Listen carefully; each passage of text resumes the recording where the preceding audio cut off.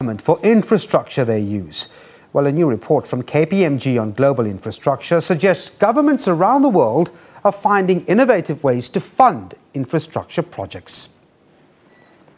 The professional services company says most governments around the world are prioritizing economic infrastructure instead of social infrastructure, as there is belief that infrastructure investment will lead to economic growth.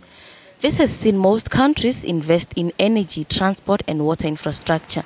But KPMG warns with the kind of skills shortage worldwide for a country to develop, investment in education should also be prioritized.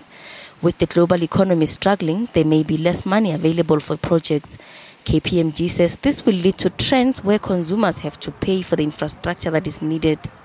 Governments have less fiscal capacity, less capacity on their balance sheet to fund these projects, and therefore they need to look at alternative means. The obvious alternative is consumers, but consumers have votes and consumers have affordability constraints as well, particularly in developing countries. Beyond consumers, one can definitely look in the case of ports and airports and mines to the business community, because that's where most of the income comes from.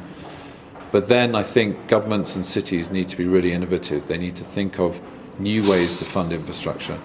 Stewart says while South Africa has great infrastructure plans, it needs to work on implementation. He says the country has to watch credit ratings closely, as this may affect infrastructure projects' delivery. I think the downgrade in rating is definitely an issue that needs to be watched, because behind infrastructure projects as often is third-party finance, or the government itself is raising finance. So South Africa is still investment grade, but if it goes sub-investment grade, that will be an issue.